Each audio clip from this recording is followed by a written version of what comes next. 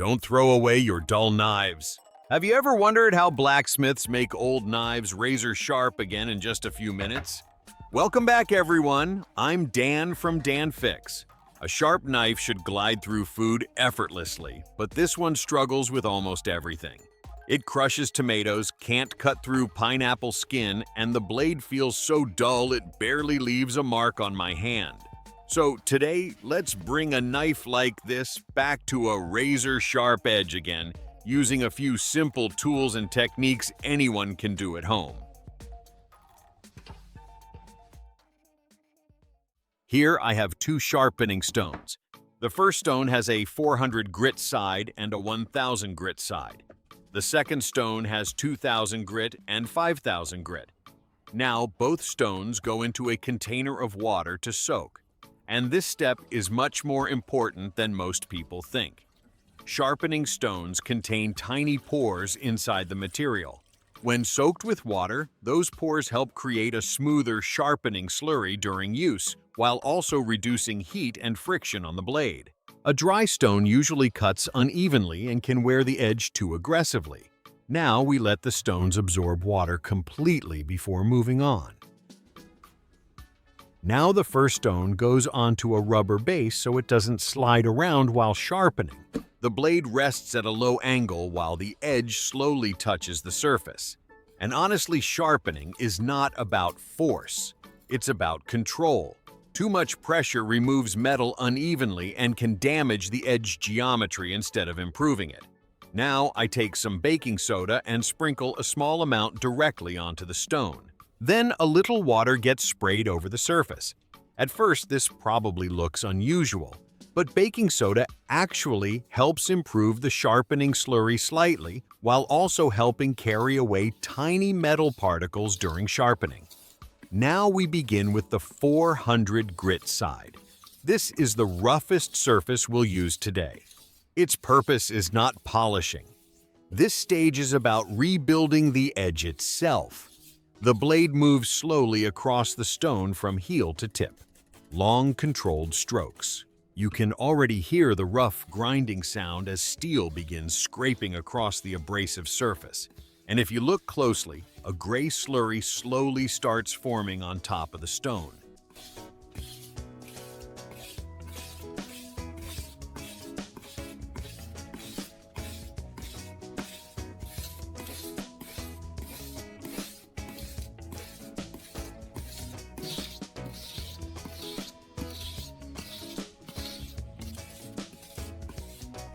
Now we move to the 1000 grit side. Again, a little baking soda goes onto the surface, followed by some water. Immediately, the texture feels smoother compared to the 400 grit side. And this is where sharpening begins turning into refinement. The 1000 grit stone is designed to reduce the deeper scratches left behind from the coarse sharpening stage, while also strengthening the edge itself. Now the blade glides across the surface much more smoothly. The sound becomes softer. The movement feels lighter. At this point, the knife already starts feeling sharper when touched carefully near the edge. But we're not finished yet. Now the knife flips over again and the opposite side gets sharpened with the same steady rhythm. Long, even strokes across the wet stone. And after finishing both sides, the blade gets wiped clean before checking the edge carefully with a fingertip. The edge already feels noticeably sharper than before.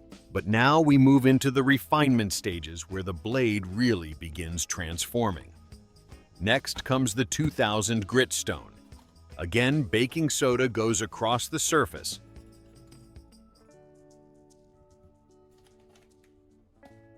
The purpose of 2000 grit is refining microscopic imperfections along the edge while improving cutting smoothness. This stage removes the rough scratch pattern left behind from earlier grits and begins polishing the steel itself. Now the knife moves slowly across the stone again. Smooth, quiet strokes. Water spreads across the surface while the slurry becomes thinner and cleaner compared to the earlier stages. At this point, sharpening feels less aggressive and much more precise. The edge begins reflecting light differently now. Sharper, cleaner, more controlled. And every few passes, more water gets sprayed onto the stone to keep the surface lubricated and prevent metal particles from building up too heavily.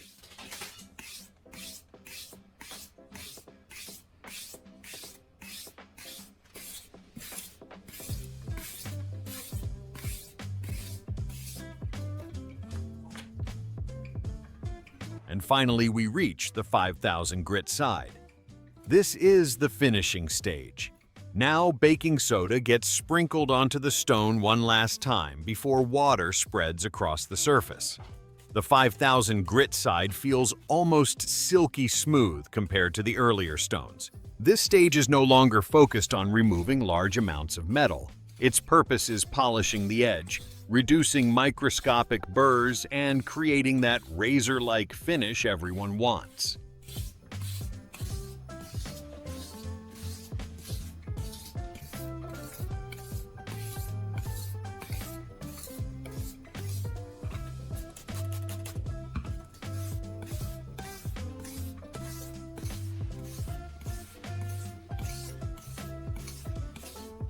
Then the blade gets rinsed clean with water and carefully wiped dry.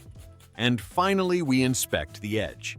Even just touching the blade carefully now feels completely different compared to the beginning of the video. The edge finally feels sharp again. Now for the real test. A sheet of paper gets held in the air while the knife slices downward effortlessly. Clean, smooth cuts without tearing. And honestly, that alone already tells you the edge has changed dramatically. And honestly, that transformation is exactly why sharpening matters so much. A dull knife doesn't just feel frustrating. It also becomes less safe because you need more force and less control while cutting. But with the correct sharpening process, even an old dull knife can feel almost brand new again. So what do you think about using baking soda during sharpening? If you enjoyed this restoration, don't forget to like and subscribe because there are still many more useful DIY ideas and repair projects coming soon. Thanks for watching, and I'll see you in the next video.